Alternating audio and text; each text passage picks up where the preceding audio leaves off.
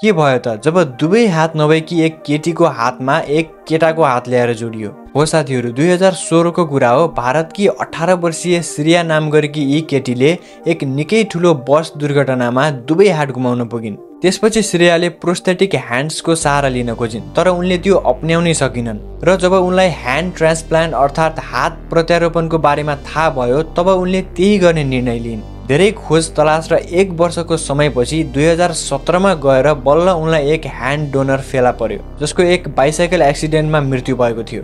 त्यसपछि 36 डाक्टर्स र सर्जनहरू मिलेर 13 घण्टाको लामो अपरेसनपछि सक्सेसफुल्ली उनको ह्यान्ड ट्रान्सप्लान्ट गरिदिए। तर अचम्मको कुरा त के छ भने ती एक उनीभन्दा 3 वर्ष जेठो एक केटा मान्छेका हात थिए। ती हात निकै ठुला, स्किन कलर पनि डार्क र हेरी थियो, जो पक्कै पनि श्रेयाको बडीसँग म्याच गर्दैनथ्यो। तर ट्रान्सप्लान्ट गरेको 1 वर्षपछि उनका ती हात सामान्य रूपमा चल्न थाले।